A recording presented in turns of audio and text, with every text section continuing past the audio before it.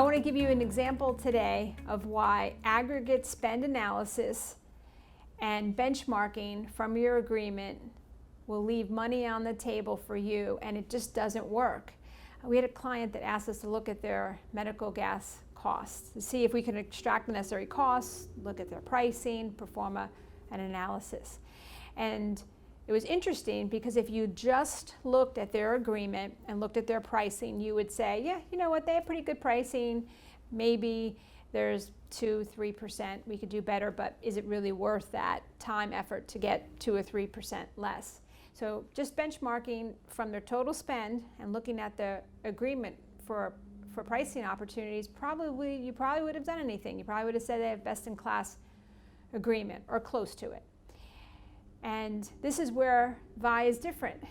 We not only received the agreement, we went back and we looked at 12 months of invoice data. And that invoice data showed something completely different than was on the agreement.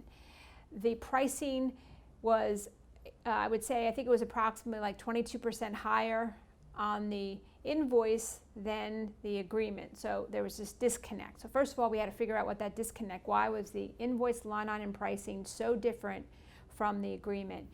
And to really kind of summarize, the company had been giving annual increases for 7 years. However, they didn't uphold their agreement terms, which require them to give notification. We had asked for those letters. They were not able to produce them.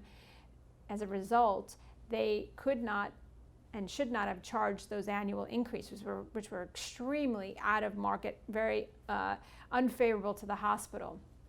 So what was a $240,000 annual spend, we were able to get a credit and save our hospital $180,000.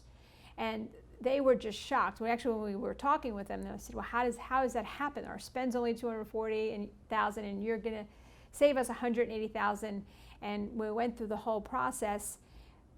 You know, they were absolutely stunned. But had they just benchmarked from their agreement, from aggregate spend, they probably wouldn't have renegotiated this. And so, you know, they were able to achieve some significant savings. But it is all about going to the invoice line item details. And we have a way that automates that process.